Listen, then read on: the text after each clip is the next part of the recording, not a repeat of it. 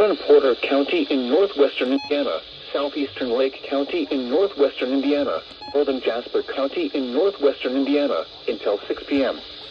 At 5:20, County in northwestern Indiana was located near Hebron, moving east at 35 miles per hour.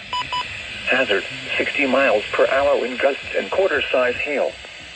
Source, radar indicated. Impact, hail damage to vehicles is expected. Expect wind damage to roofs, siding, and trees. This severe thunderstorm will be near Wheatfield around 5:35 p.m. Other locations impacted by the severe thunderstorm include Stroudsburg and Dunn Bridge.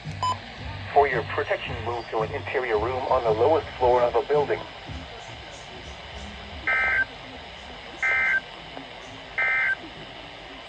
This is NOAA's Weather Radio.